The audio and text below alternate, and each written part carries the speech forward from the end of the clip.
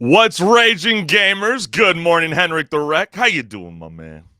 I'm doing good as always, Chris. How about yourself? Hey, man, everything's great. It is the summer of love. It is the summer of gaming, and we are very excited to be breaking down all things gaming news, industry talk, and so much more. But even before we even start off the show, I think it's a big milestone in Capcom's industry career because they've been around for over 40. I was about to say 40 million years. I don't know why I was even thinking. I was thinking 40 million light years. No, I was saying 40 plus years in the gaming industry, which is freaking incredible. And they just passed the milestone of selling over 500 million video games across its 40-year existence.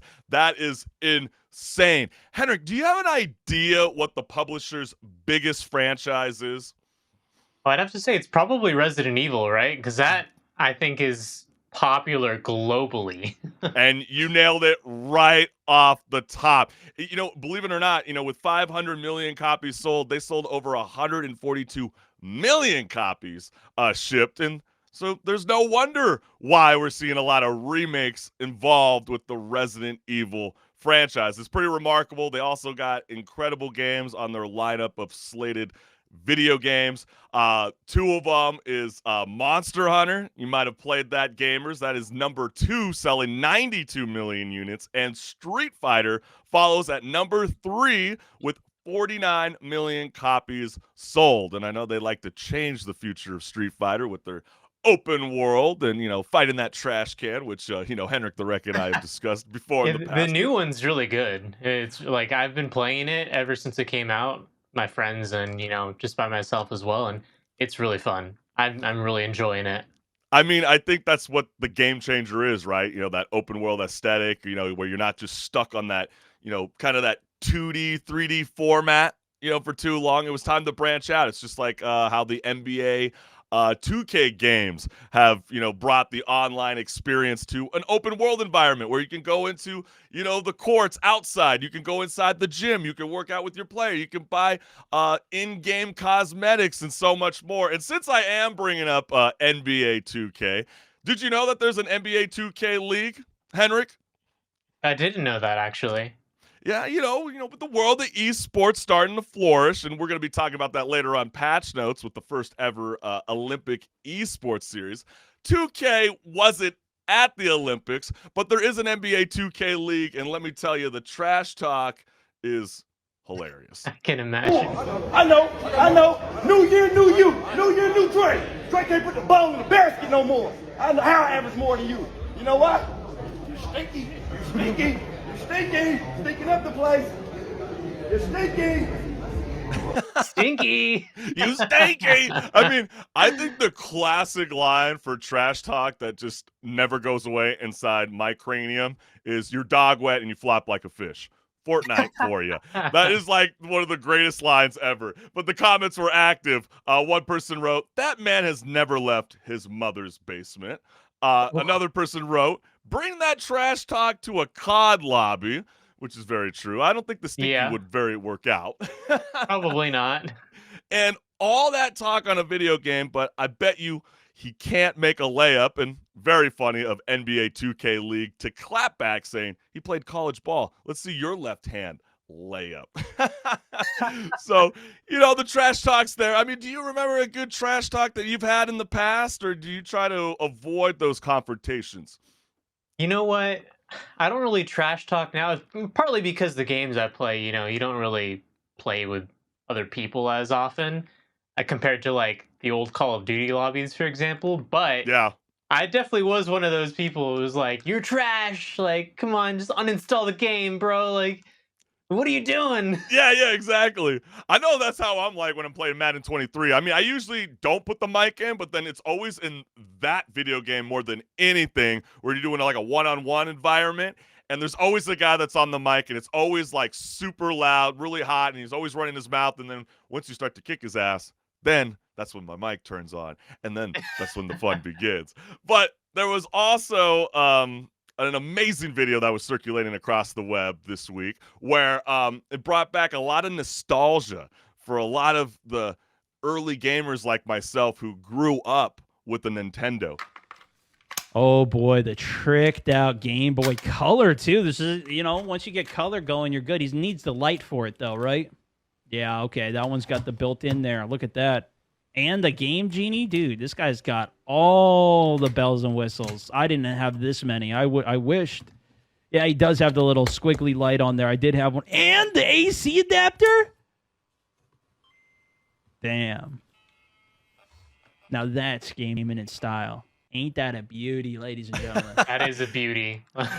That is incredible. I think the only thing that I had from that entire, module of the Game Boy was the light. I think almost everybody had that light. You were always trying to try to play your Pokemon Yellow, right? In the dark. Yeah, you'd be sitting in the back seat of the car, like the little light plugged into it because you could barely see it at night, and be playing Pokemon or something, Yeah, exactly, and that's why the Game Boy Advance was such a game changer, right? We actually got that LED screen where you can kind of, we could play in the dark, and I know, parents weren't exactly loving that, but man, the comments were active when it came to this video. One person wrote, "Now you can drive a submarine." Oh. Oh no. Too soon, or? Oh man. One person wrote, "That's a game man now." Not a Game Boy, a game man. Game man. And the last said, "Leave some women for the rest of us, good sir." I mean, look, when you styling and profiling like that, woo, you got to give a little Ric Flair to that brother right there. That comment is so freaking hilarious. And I'm just giving you guys a warning on this last video. It's very cruel. It is a very cruel joke, but it is too damn hilarious not to share it with you all, because this is Rage Quit after all. And the funny part is this kid has no idea what the punchline is. You, the older gamers, might. So let's go ahead and take a look at that video. Non, mais c'est Minecraft qu'il voulait. C'est Minecraft. Il m'a dit Minecraft. Mais non, papa, c'est Minecraft. Mais où t'as trouvé ça? C'est pas possible. I couldn't help but laugh. I had one of my homies send me that video, and I'm like, that is so freaking cruel. And I know people were electrified looking at it going, props to the dad for getting him something he thought he wanted. The intentions were good, laughing my ass off. Another person wrote, "I am more amazed where the F he found a German edition of Mein Kampf in France. Good God, that's some dedication. I have to admit." While one person wrote, "W Grandpa, L Dad." I mean, it is definitely an L Dad move, but I mean, the guy did exactly what he wanted. It was circulated all across the web. I had a good laugh about it, but it's definitely cruel. Definitely very, very cruel. We'll see if the kid laughs about it 10 years later down the line when he's like old and he's like, why am I correlated with this video for the rest of eternity? Well, I'm sure he was already just upset to just get a book and not Minecraft. Yeah, actually, that's true. That's true. Who the hell wants to read a book nowadays in 2023? I'm just kidding. I love reading books. But obviously not that one. But hey, guys, we want to kick off the show for you guys. This is Rage Quit Video Game Talk Show. I'm Chris Collins. That's HenricK the Wreck. We talk about gaming news, industry talk, and so much more. So we might as well set the tone, right, HenricK? Absolutely. Let's go for it. All right, let's get the party started.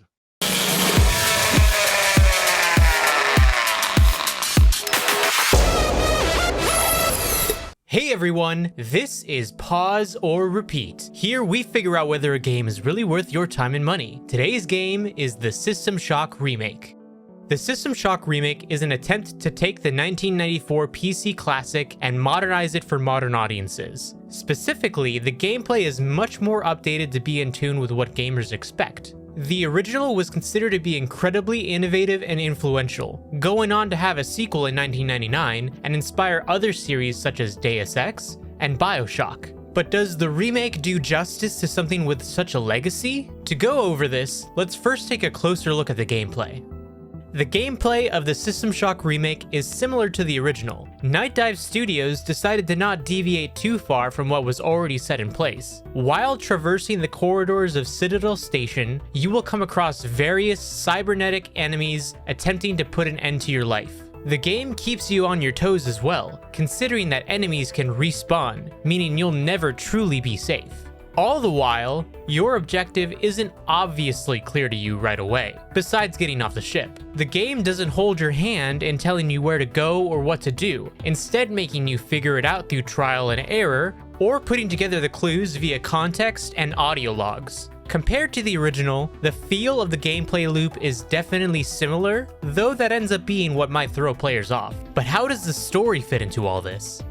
The story is simple yet nostalgic considering the release date of the source material. You are a hacker that has been caught accessing confidential Megacorp files. In a deal made with a higher-up executive, you release the ethical restraints on Citadel Station's AI, Shodan, in exchange for your life and some cybernetic implants. After waking up from surgery, you find that Shodan has taken over Citadel Station and turned the crew into her very own army of cybernetic abominations. It is up to you as the only one left alive to stop her before she spreads her influence beyond the space station. All things considered, it is interesting that the System Shock remake even saw the light of day after almost 8 years of development. But now the question still stands: pause or repeat?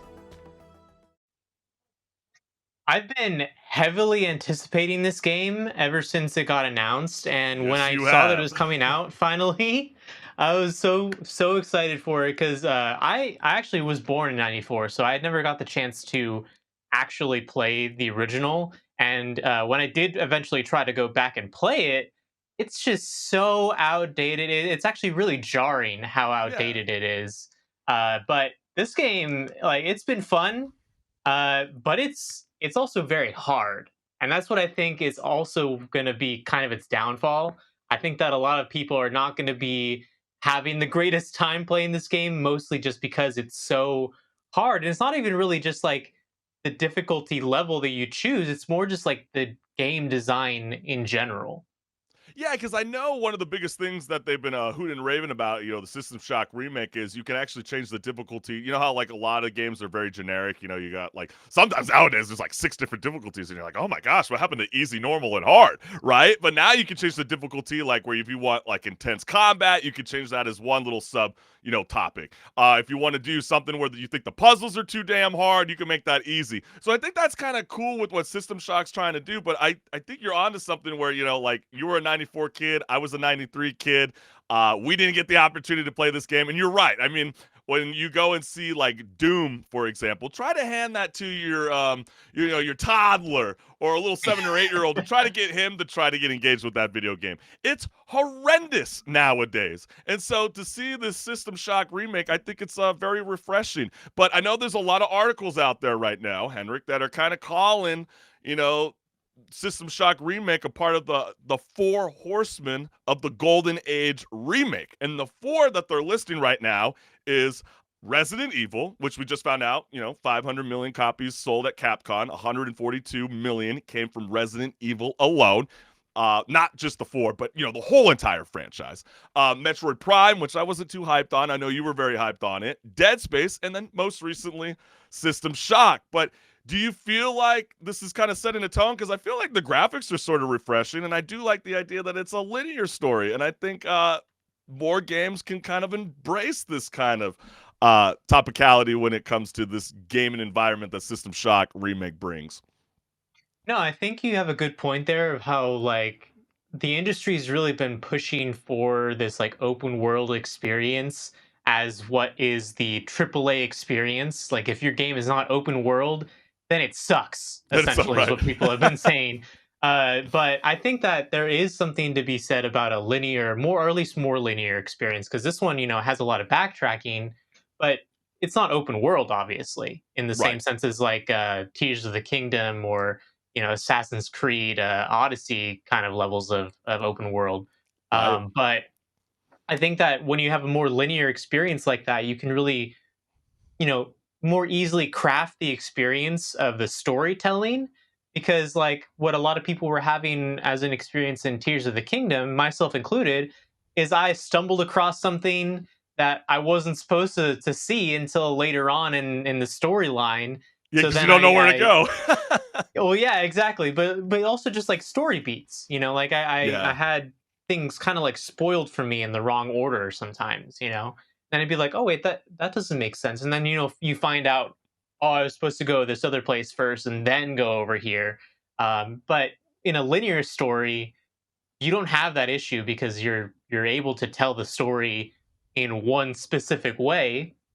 And just like a book, you read it from beginning to end. It's the same way in a linear story. You're gonna have a beginning, a middle, and an end, and it's gonna be in this correct order, not jumbled around constantly. Yeah, absolutely. And I know, because again, we have to clarify with the gamers out there. We weren't around when System Shock came out, but I know a lot of the old school gamers, probably the Gen Xers, they have been really hooting and raving about this game. A lot of them really love that the combat, experience has been better with the bats, the shoot, the burn, and the blow up of some really incredible, nasty monsters that you can escape from in the Citadel. I know a lot of people, because how choppy games used to be developed back in the day. With games being choppy, it's almost like that Mike Tyson fighting boxing game. You know how it was like really hard to beat him back on the hard difficulty level because it's so choppy. That really kind of made the bosses in System Shock a bit tedious. Now the fights are really intense. But HenricK, again, you are playing this game from a first-time experience just like myself, and I'm really curious. I want to hear from you first before I even say it. Is it a pause or repeat for you? You've been hyping this game up since the beginning of the year. Are you satisfied? So for me, a lot of my experience has been, the curiosity of experiencing this game for the first time, especially because it has such a historical value to the industry. If you've ever played a game where your first code that you have to put into a door or a box is 0451, that originated in this game. The Oh, that's a first cool code fact. you put in is 0451. And everyone who references that in other previous games, later games, is just referencing this game.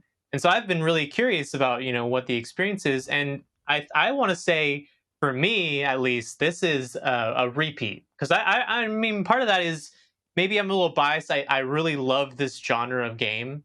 The whole immersive sim genre is Yeah. my favorite genre, actually. But I think that I could see myself playing this like 2, maybe even 3 times on Yep. higher difficulties, just to challenge myself, especially because I feel like it's a refreshing challenge compared to a lot of games that are out there.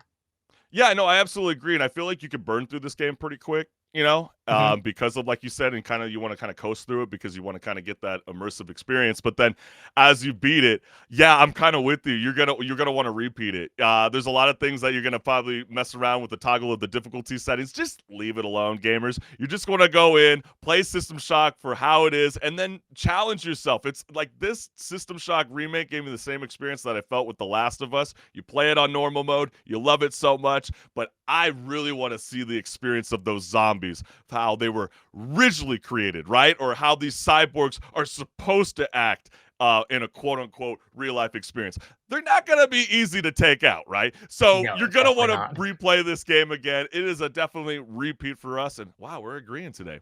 Who Yeah, would for have once thought? we're agreeing on that. But I kind of had this idea in my head. I don't know if Chris is gonna like this game.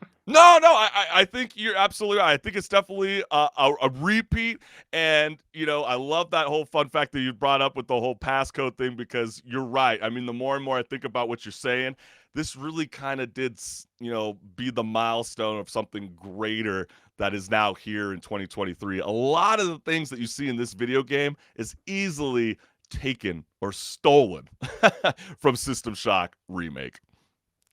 Oh yeah, And definitely. And honestly, just to bring up the story a little bit, it's kind of like, as AI develops more and more, I just keep my eye on this storyline. I'm like, I hope that they don't do the thing of like, hey, we see this game with this AI named Shodan. Let's make that AI.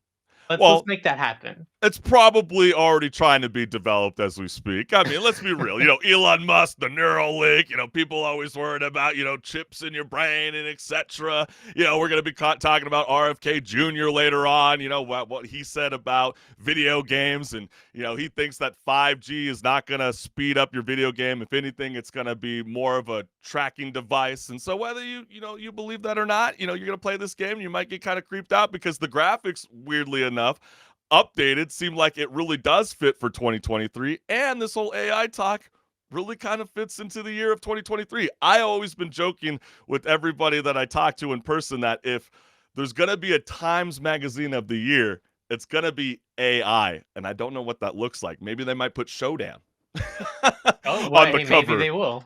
Maybe they will if they need an image. But you heard it from us. HenricK the Wreck and I are calling repeat on System Shock Remake. But hey, everybody that's joining us live on Rage Quit Video Game Talk Show, stick around as we got more left on the show.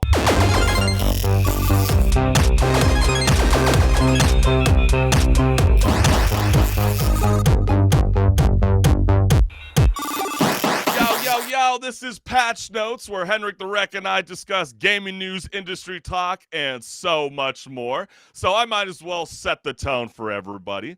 Per the Wall Street Journal, YouTube is testing a product for playing online video games. YouTube's plan is to stretch beyond hosting video content, already has a name, which is pretty remarkable. It's called Playables, which will allow users to access games on mobile devices or desktop computers. And so a lot of people were obviously active online. They wanted to voice what they felt about what's going on in the world of Google, aka who owns YouTube. And the first comment that we got was, the boss fight will continue after these 2 short 15-second ads. Twitch would have had 17 unskippable ads. Very, very funny. The next person wrote, nice, so you just named the URL from Stadia to YouTube. Nice, which that's a good point. I don't know if people remember. Google tried to get into the console war, the one that, Phil Spencer from Xbox is kind of claiming, there's no such thing as a console war. Well, last year, Google announced that it was shutting down Stadia, a service that allowed users to stream games directly from the cloud to multiple devices, which is very interesting. They wanted to get into the console gaming. They realized that was a dud. Then all of a sudden they reworked, the interface of what Stadia could have been. And they said, you know what?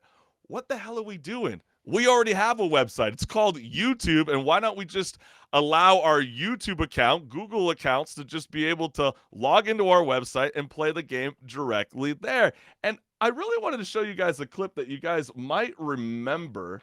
So imagine you've just discovered that game for the first time. You're running it on the Chrome browser, and here it is on a Pixelbook running the Chrome OS. There is basically no hardware acceleration on that laptop whatsoever, and the game is running directly from our data center. It's then easy and instantaneous to move that same game experience from exactly that moment onto the phone, here on a Pixel 3 XL. And then finally, we then move seamlessly to the TV. And so this TV is accessed using this, which is a Chromecast Ultra HDMI streamer. There is no console required to reach this experience. That is just a really cool concept to me. Obviously, the execution wasn't there when Stadia came out, but if they are able to make it work this time, hey, can't fault them if they make it work and the hype is there. But I think that people are going to be a little wary after what happened with Stadia. Yeah, but I mean, then at the same time, too, Alphabet, who owns Google, and Alphabet that owns YouTube, they are a massive monopoly. And if there's anybody that can figure it out just as quick, it's gonna be Alphabet. And, there was one more comment that I wanted to showcase with you guys, which was very, very cool, which was Stadia did not get much traction. Curious to see how they approach this and what type of games are the focus. And one guy wrote, Stadia's back. It was the best tech for cloud gaming, in my opinion. I use YouTube all the time. So this is big. Do you find that as having leverage over, the PlayStation Premium, which is their, Sony's cloud gaming, or Microsoft's Xbox Game Pass? I mean, when you think of cloud gaming in general, you think immediately to the other choices. You know, the PlayStation offering, Xbox's offering. I would say even probably Nvidia's offering is something you would think of before YouTube. Yeah. But the big advantage that YouTube has over those other competitors is that they already have such a big audience of people, you know, posting on YouTube, watching YouTube daily, even kids, you know, We're streaming on kids will have, YouTube. yeah, we're streaming on YouTube right now, you know, so like they've got a huge audience that they could push marketing to for this. And if they're able to convert the like even 10% of that over to users of their cloud gaming service, then that's already a win for them probably because of the amount of people that they would be getting in onto Yeah, this because service. everybody's already got an account set up, ready to rock and roll. If anything, they'll send a massive email to everybody.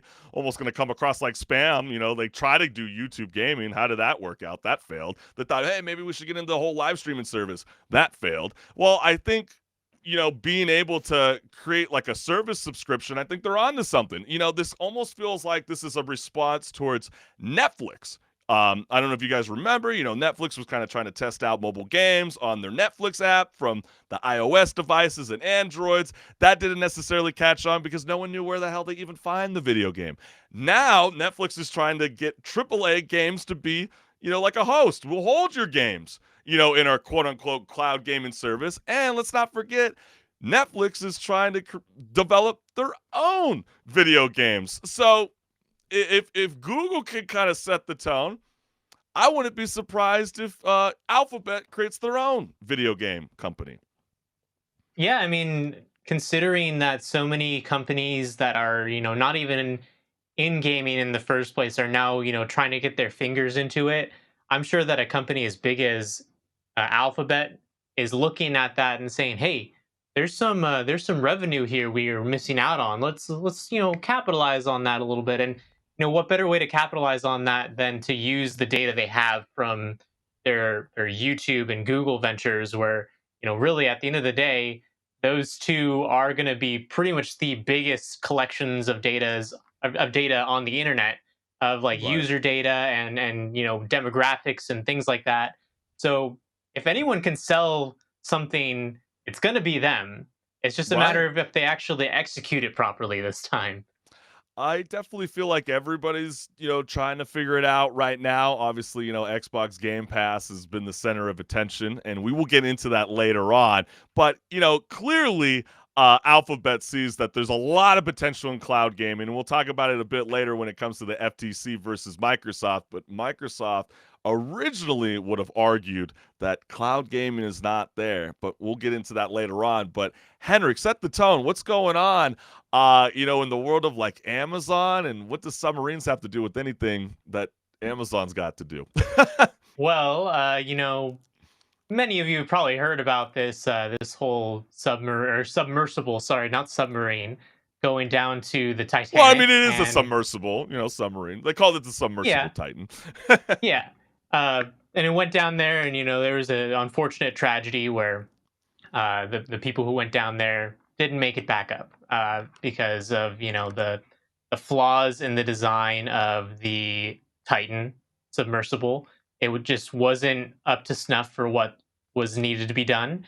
But it actually came out that the controller that was being used to control this thing was a Logitech controller, a Yeah, isn't gaming that freaking controller insane? specifically.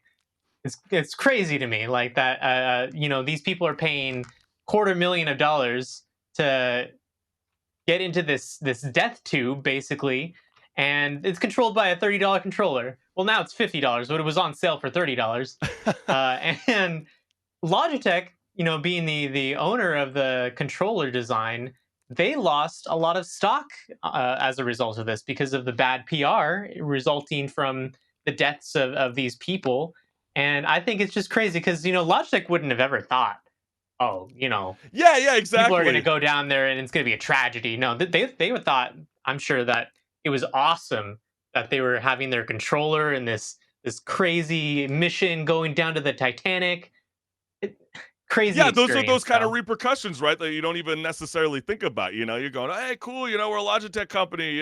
We make computer manufacturer stuff. But hey, listen, if we can get a $250,000 submersible Titan to be able to utilize not a steering wheel but our wireless video game controller, what better advertising money can't spend? Well, it sort of bit them in the ass. And for anybody who hasn't seen what it looks like inside this submersible Titan, we got a clip because back in November, believe it or not, Rush, the man who controls this submarine, he joked on a CBS segment back in November that this is not your grandfather's submersible. Experimental submersible vessel that has not been approved or certified by any regulatory body and could result in physical injury, disability, emotional trauma, or death.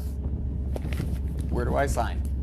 We can use these off-the-shelf components. I got these from Camper World. We run the whole thing with this game controller. Come on! So laughing about the clip, like it's just ridiculous. isn't that like so freaking insane? And I know we also got some of the Amazon reviews. One person wrote, will it control a submarine? Once. Can I control my own makeshift submarine with this? Only if you're playing the arcade game in The Hunt. Can I use this for my submarine? Sure can. The controller will make sure you have the most authentic Titanic experience ever. So obviously people were trolling it. Even people riding 5 stars and goes, oh, it's a great tool for controlling, my submarine. And it's just so freaking insane. I know a lot of the comments were very active during this. One person wrote, which was Mr. Beast, believe it or not. He was actually invited earlier this month to ride the Titanic submarine. I said no. Kind of scary that I could have been on it. I probably would have shed a tear. I would have shed a tear. Because originally I was saying, oh, look at these poor souls, unfortunately imploding. And then, someone had to cut me off and go, they're billionaires. But they're still poor souls. I mean, it's unfortunate what happened. Thank the Lord, if anything, HenricK, that they didn't suffer by lack of oxygen and imploded. So they crushed like a can. Yeah. So it was a fast death. One person wrote, the sub-story has everything. Billionaires, Logitech controllers, a stepson scene, Blink-182, conversations about what is funny and what isn't, rescue missions, the Titanic, orcas, and last, as a result of the Titan sub, we have now learned some rich people are some of the stupidest people alive. Number 2, the deep sea is really hardcore. Number 3, the Titanic is one of the most sunk boats ever. Number 4, water pressure is the final boss on Earth. And 5, Logitech controllers are indestructible. That number 5 has been debunked. There has been a clip or a photo that's been circulating all across the web that they're like, oh, look, we found the Logitech buried in the sand. It's Photoshop. It's not real. They're still trying to figure out what's going on, but it was a 21-foot sub that was made with a handful of off-the-shelf components that obviously Rush that you saw in that CBS segment clip was bragging about. It included scaffolding poles for the sub's ballast and a Logitech F710 wireless controller. And what's really incredible about this is, the sub was only supposed to be able to go down 1,600 meters. The Titanic is 4,000 meters, HenricK. Down. More than double. Yeah. That's insane. And so even when, everybody from Canadian, Navy to all across the world, everybody was trying to pitch in on this rescue mission. And unfortunately, the more and more you heard about the information about how the ocean works, it's almost similar to like space, right? You can't send a rocket to the moon just heading straight to the moon, right? You got to hit it from an angle. Same thing applies if you got to go and rescue them. So if they were potentially 4,000 meters down, you have to hit it from an angle. So that's more like 15,000 meters of cable, which, we kept hearing about 96 hours left of oxygen left. It's very sad. Obviously, people are having some fun with this, but again, let's think about the families that were involved. And I know a lot of people have been joking about the kid that, the stepson that went to, the Blink-182 concert. Did you hear about that, HenricK? I did, where he was like, I know there's all this going on, but like, I'm at a concert. I want to be at this concert right now. Yeah, like my that, my right? dad, my stepdad would have wanted me to be here. Okay. And then Okay. also all over his Twitter account, he's hitting up porn stars and trying to get them on. And oh man, but we'll save that for another time because we're here to talk about video games. But yeah, it's definitely insane. I would highly recommend any company moving forward like Logitech really kind of think about your actions before you start jumping into this quote unquote innovative projects. Also, I just feel like there's probably better controllers than that one out there to control this. I don't know why they choose that one specifically. Like, if you look at some of the reviews, people were like, "Oh yeah, this controller sucks. It died within a week of me having it." Things like that. Well, Like, I know they have like 3 extra backups on the sub, but yeah, you're right. Doesn't that kind of make you a little wigged out knowing that they're using a wireless controller, not a yeah, exactly. wired controller? Like, everything is so spooky about it. Like, obviously I'll ride in an airplane, but do I like being in the air? No. Do I have a fear of being on a cruise ship? Yes, because I don't like the idea of open water. And this only proves my point even more. I mean, I know that, a cruise ship stays above water, but still, you get the point. It's very scary. Take it on your own risk. Hopefully, moving forward, there will be more regulations that will combat, people that, kind of bypass, international laws of safety because we do not want to see a tragic accident like this happen again. Yeah. Speaking of regulations, tell me what's going on about Microsoft with their regulations. Oh my gosh, HenricK, where do we even begin? There is so much happening when it comes to the FTC versus Microsoft case. Currently, as we're on air, day 3 is happening. So let me break it down for everybody. The Federal Trade Commission and Microsoft have been going to battle with each other since last Thursday to determine the future of its $68.7 billion proposed acquisition of Activision Blizzard. The FTC wants a preliminary injunction granted to prevent Microsoft from closing its deal ahead of a separate legal challenge that's due to commence on August 2nd. So if they win in court, they don't have to go to August 2nd. So we haven't even hit the hour mark on day 1 of the FTC versus Microsoft hearing where the Microsoft's lawyer, her name is Beth Wilkinson, she dropped a bombshell email from Sony's PlayStation chief, Jim Ryan, during her opening statement. And the exchange between Ryan and Chris Deering, who was the former CEO of Sony Computer Entertainment, revealed that Sony's PlayStation chief didn't really think Call of Duty would go exclusive to Xbox and that PlayStation would be fine. That's pretty funny when you think about it because we've been talking about this, it feels like, for a full year, HenricK. Wasn't that the whole center of the conversation, that Sony was very nervous about Call of Duty going exclusive, and then they pull up this email and we're hearing differently? What do you say to that? Like, a lot of the conversation, like you said, really was like, oh, we're worried that, they're going to buy this company and then we're no longer going to get Call of Duty on our other consoles. And that's like a huge source of revenue for every console platform. And at the end of the day, now it seems like that really wasn't the case. It seems like they were worried about other things. And Call of Duty was the last of their worries. Well, I think it's because they felt like it was like, oh man, I think we got the next best thing, because Sony was also just about to announce plans to acquire Bungie, which Bungie was originally with Microsoft, and, they were at that correlation with, Halo, and there's been rumors that Bungie's going to change their name pretty soon in the future, but they had an email exchange that said, quote, "We have some good stuff cooking. I'm not complacent, and I'd rather this hadn't happened, but we'll be okay. We'll be more than okay." So that was quite the bombshell that opened up, and then that's when the comments became active. One person wrote, "FTC, why is Starfield exclusive to Xbox? Phil Spencer, PlayStation was trying to buy off the developers to keep the game off of Xbox, so we bought the whole company." Which is funny. That is a direct response to Minecraft, right? Mojang, they bought the company. There was drama inside the court hearings that Microsoft came out and said that Sony was reluctant to give them the dev kits to be able to develop, Minecraft for the PS5. Yeah, you can get Minecraft on the PS4, but you can't get it on the PS5.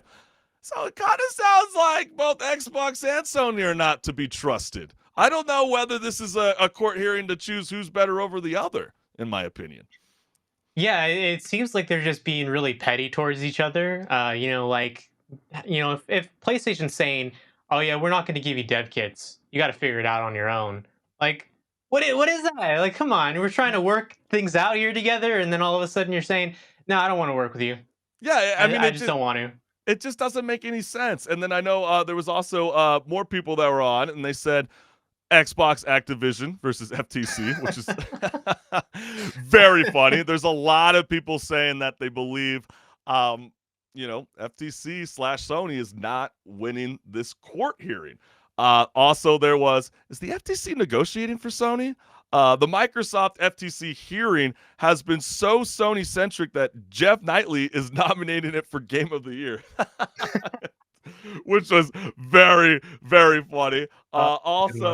We also had another comment that said, in the referral decision, the FTC mentioned Sony 57 times and consumers 10 times. In court, the FTC referred to Sony 72 times and consumers 11 times. This is absolutely shocking. Another person wrote, as much as I get on Final Fantasy 16, I'd much rather play that game than sit and listen to the FTC Sony versus Microsoft garbage. Gamers have truly lost it. Well, hey, that's why you got Chris Collins and HenricK the Wreck. We got you, fam. You don't need to read anything. Who reads, right? And then also other publishers and studios that Microsoft has considered acquiring. And, you might be like, why is that even a big deal? Well, look at this tweet.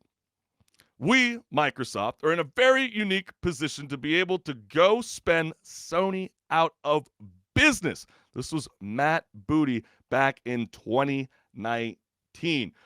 We actually will break that down in a second, but we wanted to actually kind of discuss this whole idea about, like, why do you feel like it would be a big concern, HenricK, that, that Activision Blizzard would be acquired by Xbox? I know they were trying to prove in court that they have a 10-year deal with Nintendo to bring Call of Duty to their console. So they're really trying to say, like, hey, look, listen, like, we're not going to be just exclusive. I don't know where this whole idea is coming from, because on the other hand, Sony is just as guilty of doing that as well. Where do you stand? Well, I think that, like I said, a lot of the issue here is that these companies are just being petty towards each other. And I think what they're really worried about now is, if they have the rights to Call of Duty, are they going to be petty again towards them and just make it so that Call of Duty doesn't go on their platform?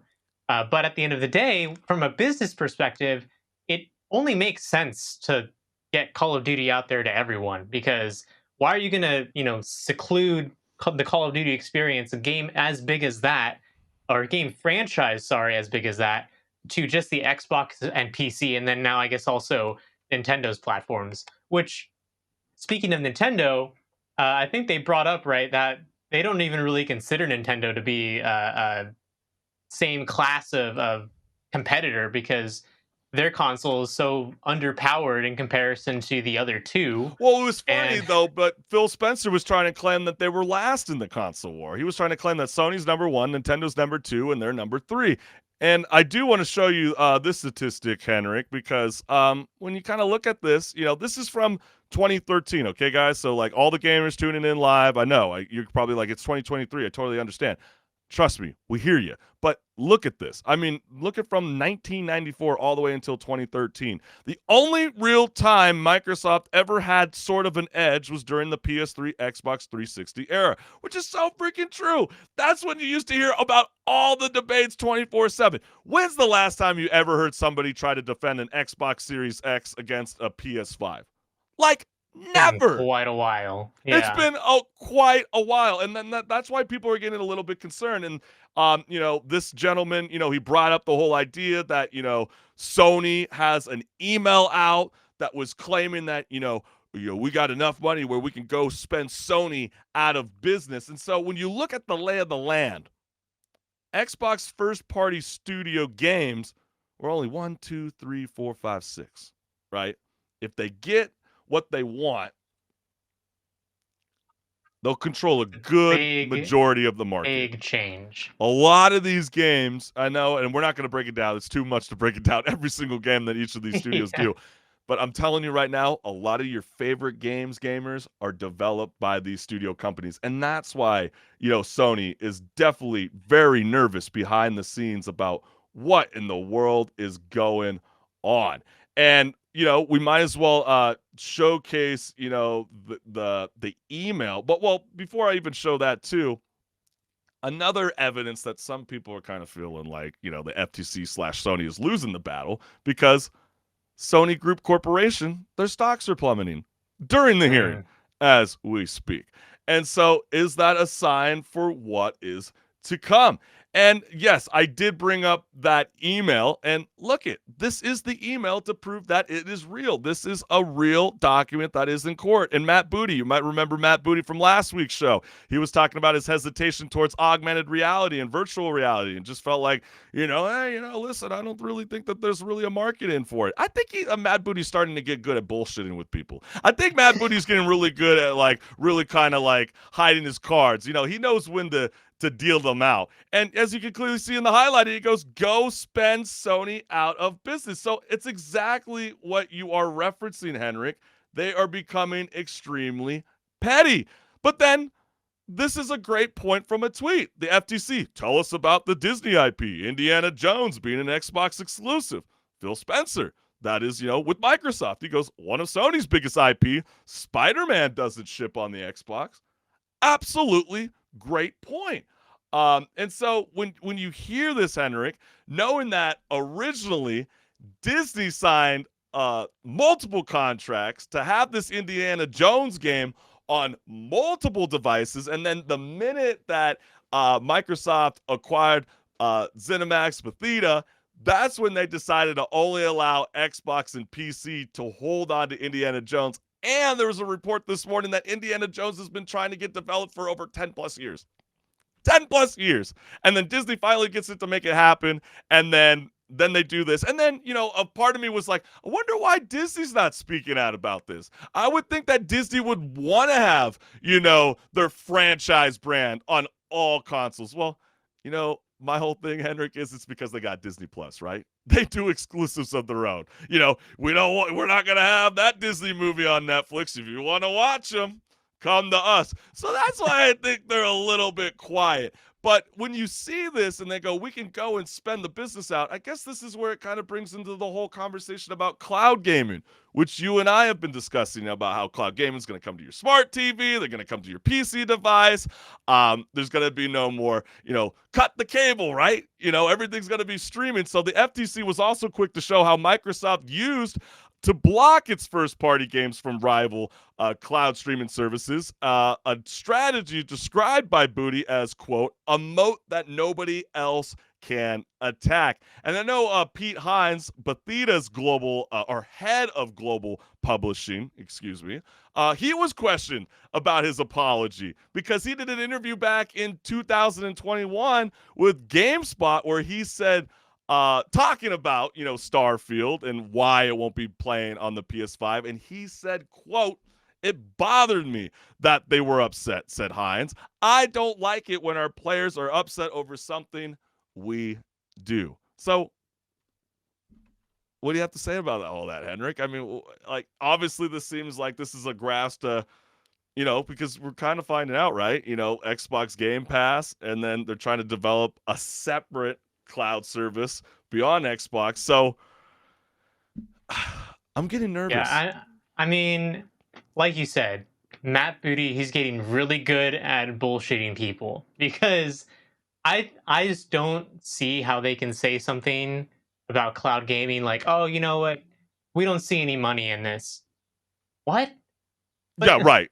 Come I mean, on, why like do you think Nvidia is trying to get into the game? So we're talking about a computer chipping company who out of nowhere recognizes the potential of holy crap, we're the ones that are essentially getting those video games lifted on their feet. And so, like, what the hell are we doing? We might as well get into it and host it. And I know, and then that's where all the pity started to come in. That's when, Matt Booty was going, man, we got to strip every single game off of every list. I know the only game that he allowed to stay on the Sony PS Premium was Fallout 76, which I thought was kind of like a petty FU Which because honestly everybody is knows not even really, it's not a good game. That's kind of like a big middle finger to them. That's what I took considering it. that It's game. it's like, yeah, oh, you wanted our last, developed game. Yeah, oh, no means you guys can have it, which was really, Here, really take the funny. scraps. Yeah, exactly. And I know in March 2021, there was an email exchange with Xbox chief Phil Spencer, which Booty recommended that Bethesda's games also be pulled from the Vita's GeForce Now service shortly after they acquired Bethesda. So this is a lot of things that, again, people feel like, does FTC and Sony really have a case? Because, again, they are developing their own cloud gaming service. They do have the new Spider-Man 2 coming out. It doesn't drop on the Xbox. It will later on drop on the PC. But, again, FTC kind of has a little bit of beef with Microsoft because over 20 years ago, they tried to break up Microsoft as they found it to be a massive monopoly here in the United States. So, we'll see what's good, but I know that this judge, her name is Corley, Judge Corley. She has already heard a similar case like FTC and Sony with gamers back in this year in March who try to claim that this acquisition is terrible for the consumers, and Judge Corley dismissed the case.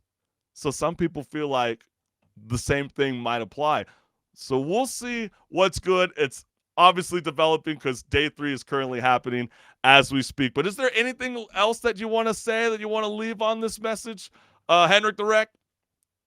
I mean, Sony really just effed around and found out because, the whole reason we're in this in the first place is because Sony was, putting exclusive titles on their platform, and then Microsoft, already being behind on sales of their console, was like, we got to do something, otherwise we're going to be irrelevant. So they're buying up, ZeniMax, and then now they're trying to buy Activision Blizzard, and Right. now look what happened because of that. All because of this, behind the scenes fighting. Now they're in a court case, and they effed around and found out. Now they're in a whole legal issue as a result of that.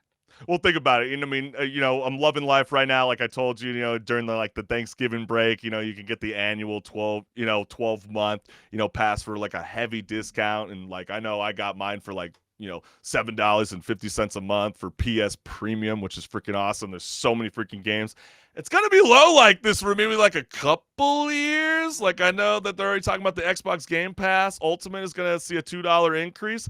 I'm telling you, in the next decade, they're going to cost $25 to $30 because the console is going to be dead and they're not going to be selling physical copies. It's all going to be digital, and it's clearly being shown because we're finding out that the new Starfield Standard Edition, when you pre-ordered that physical copy, guess what? There's no CD in it. You're just going to get a paper that has a code, and a lot of pre-order gamers are extremely upset, as you should be. And so it doesn't really support this argument about it's supposed to drop on September 6th. We wouldn't have enough time, with the physical cost and, development cost to really get that game on a PS5. It's all a bunch of malarkey. And yes, HenricK said it best. It is very petty. But hey, I know that there is a Democratic presidential candidate that's stirring the pot in the world of video games. So what's going on, HenricK?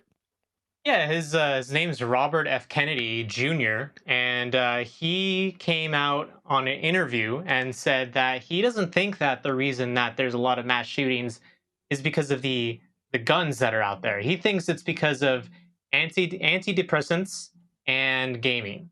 And Right, I think and I think that's a huge controversial take, obviously. Yeah, and we're going to go ahead and play that clip. And just to kind of clarify, too, this is during Club Random. This is Bill Maher's podcast that drops weekly on Sunday night. Bill Maher sort of started the conversation by bringing up antidepressants, and then that's when it sort of transitioned. So I cut up a snippet for all the gamers that are tuning in live. So let's go ahead and check out Bill Maher and Robert F. Kennedy Jr. speaking on mass shootings, antidepressants, and video games. Gun issue is a number of things. If people could wrap their head around more than one thing at once, yes, it's about too many guns and the Second Amendment. It's also about violence in movies and TV shows and seeing every fucking... or how about video games? And video games. Yeah. But having a 12-year-old boy see every issue solved by way of a gun. What NIH should be doing, because their portfolio is to protect human health, is to actually do real studies on this stuff, and they won't. They won't because they don't want to offend the big shots, the video game companies, the cell phone companies, the telecommunication industry, or the pharmaceutical industry. And the comments were active. One person wrote, "Damn, every time I think there's no chance I'll vote for him, he comes out and says something kind of awesome." And then one person wrote, "RFK Jr. blabbering on Fox. Dude, looking at video games as the reason for the mass shootings, you lunatic, because we've always had guns." Another person wrote, "Airline pilots in training do glorified video games, aircraft simulations before they do it in real life. Drugged out psychos do the same with the shooter video games." Another person wrote, "Two gangs get bored of Call of Duty, take a few antidepressants, and decide to go and do a drive-by shooting or get into shootouts in a shopping mall. And I'm the Pope." So silly. And also, the next one says, "I know RFK Jr. wants to focus on video games, which has been many studies. I think they need to study the effects of open voice online games, which are rife with harassment and racism. I wish I can get that to him." And I know there's been a lot of, developers, that are always trying to combat, hateful speech, that's online and etc. But when you heard that just now, and I believe that's your first time hearing that, HenricK, correct? Correct, yes. So when you see this for the first time, what is your reaction to this future presidential candidate running for the United States? What would you say to him? Have we not heard this debate since like the 90s? Since the 90s, I feel like the entire time I've been growing up, I've always heard this debate, violent video games cause violent people. But guess what? They said the same thing about movies back when movies started to get violent as well. And I think that obviously we're not, psychologists or anything like that. We're not trained professionals. But I think psychologically, if there's an inclination in someone's head to want to go do something violent, playing a video game is probably not going to be the cause of that. If anything, that's going to be an outlet for them to relieve that tension, relieve that stress. Because it's the same thing with like a lot of people who listen to, I know you would relate to this one just like I would, a lot of people who listen to metal, it's like really aggressive music. Angry to a lot of music. People, right? You're probably like a really angry guy, But then, you talk to the people who are in the scene and they're, a lot of times really calm, really nice people, down to earth. That guy's scary. He's got a bull ring, 30 earrings on him. What is this, like the scene from The Punisher? Yeah, but like it's really because I think there actually even was a study about that in particular, that a lot of people who listen to metal, they get out a lot of their stress by listening to that music because, that's just their outlet. And as a result, they end up being a lot of really nice people if you get to talk to them. I mean, obviously, anyone who's going to get mad at you for one reason is going to be the same level of mad as, another person who's not going to listen to metal. But at that point, the correlation's not there. And it's the same thing for video games, I think.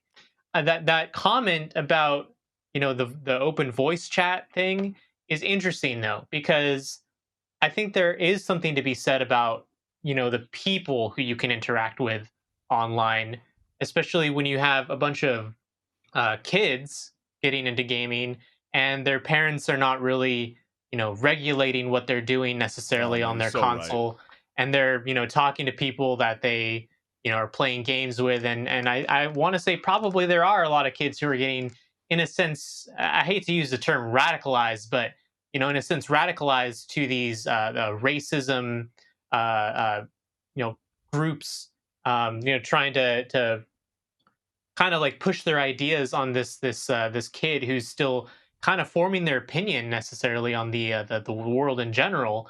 And I think I can see that, considering you can go into a Call of Duty lobby, and if people have their mics on, most likely a slur is being thrown out at least one or Absolutely. twice throughout your entire 30-minute play session. Yeah, let's put this into an analogy. I got one for you. That's like sending your toddler to the mall. Okay? Like, would you send your 5-year-old to the mall by itself? Would you allow your 5-year-old to be playing Call of Duty? I mean, you might not be a video gamer, the parent, but you have to be just involved with it. You have to kind of understand that, Roblox might be the game for your toddler. When it gets a little bit older, then maybe the Call of Duty environment might be it. I don't necessarily think we'll ever be able to tackle online voice chat. I don't think it's ever going to go away. I've always kind of thought it was creepy, 2 years ago, where Sony kind of came out and said, hey, listen, you guys got to agree. If you want to play online gaming, we're going to be tracking your voice. And we're going to be tracking your voice only for the reason that if you say something derogatory, we're going to ban you. And you'll never know when you might get banned. I've always thought that was a little bit creepy. But have we not considered the effects of what smart devices like iPhones and Androids have done to the youth, including myself? I mean, I feel like social media and gaming is a totally, completely different thing, because, when you think about social media and the effects that it has on the youth and even adults, you're constantly marketing yourself. You're comparing yourself to others, which, how does that elevate your sense of life, your sense of purpose, when you're constantly, looking at your friends from 10 years down the line? I mean, I saw a buddy over the weekend who just recently got married in Mexico, and oh my gosh, it looked freaking beautiful. Well, if you were about to get married next month and you saw that video, you'd probably get a bit nervous going, oh my gosh, will mine compare to his, and etc. That's why I kind of feel like there's definitely a negative behavior, or I guess you could say like an emotional effect when it comes to more of like social media, where compared to like gaming, yeah, you're going to be like socializing with friends, you're going to be like trying to teamwork with each other. You're going to be trying to solve puzzles. And for me, it's just an escape from reality, especially after a long day of work. I like to get in front of my console and play video games and do my thing. But there has been, this kind of, conversation about, like RFK Jr. was kind of suggesting towards the tail end of the clip, where he says, the video game companies don't want studies on their product, their gaming. Do you believe that's the case, HenricK? I mean, I would imagine that they probably would not, simply because of any, bad PR as a result of a targeted case like that, case study rather. But I think if there was going to be a study that comes out and it shed them in a positive light, they'd jump on that immediately, like, hey, there's this conversation that our games are violent enough to cause violent people, and now there's studies out here saying that that's not true. I'm sure they would jump on that immediately. But at that point, it's kind of like a gamble, like, I kind of agree, at least to an extent, with RFK Jr. in that these companies, I don't think any company actually wants to get a study done about their product, because I agree. Like, you don't know what they're going to say about it until it's come out. They're not going to, consult you before, like, hey, is it okay if we say this? Yeah, exactly. And I mean, and even think about the research that was done in 2021. We've talked about this in the past when you used to join me for the Chris Collins show, where we were talking about this whole idea of dark designs. And people were going, what the heck does a quote unquote dark design mean? That is an industry slang that is used.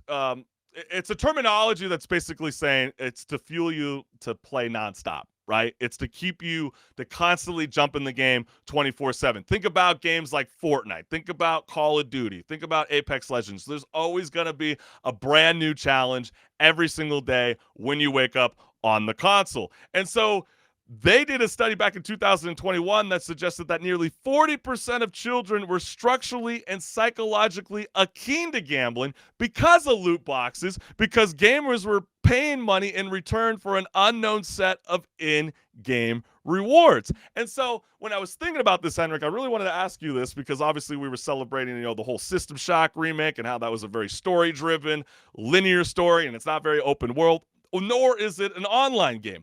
And I remember growing up, I played a lot of story-driven games, like Crash Bandicoot, Spyro, for example, very child-friendly games.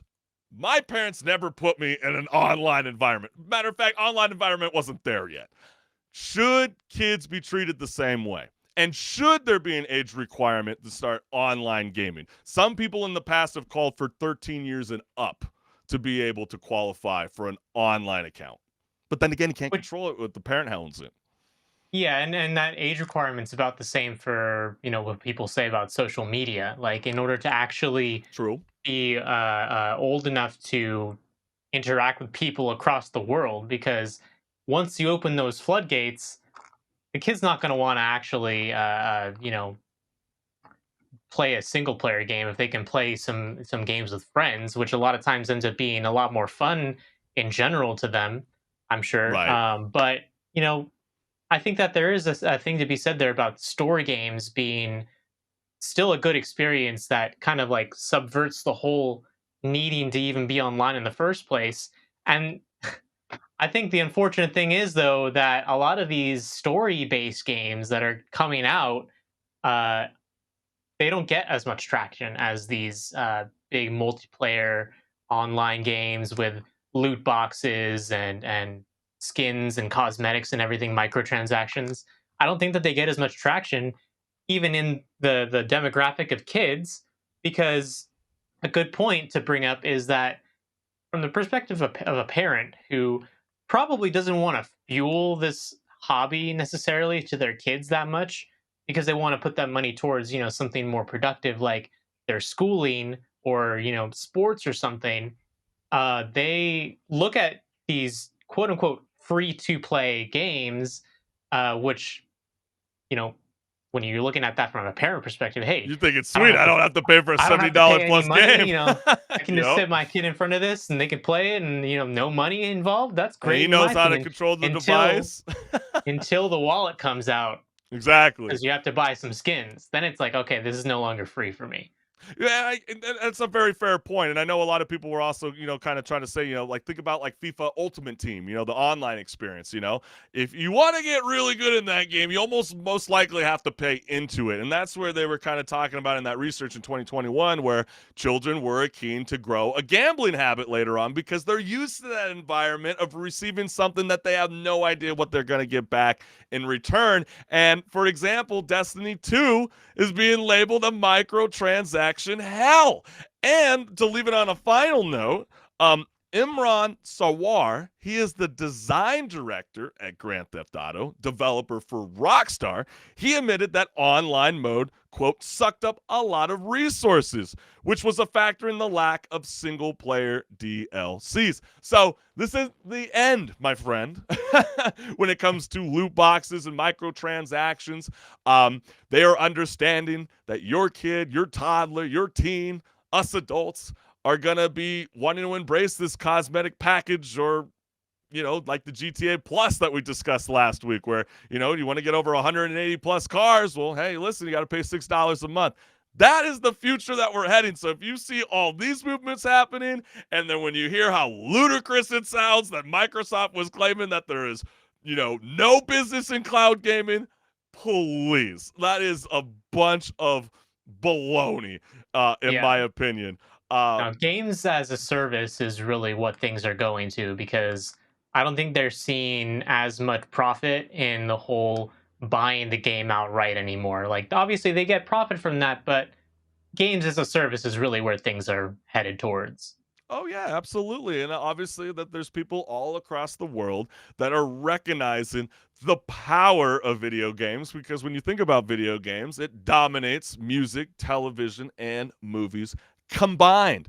It's a massive industry, and It's so massive that we finally got our first ever Olympics eSports series that went down over the weekend. And they had virtual taekwondo, they had sailing and tennis, which was really incredible. And we'll roll the clip. You might be surprised at what the gentleman says at the end of the clip. Being deployed by the other two riders, but look at Pierrehead go here as it's Bates who's been at the front. Time to move, time to go, pending away to the net to win it. Got it! 3-1 tennis champion.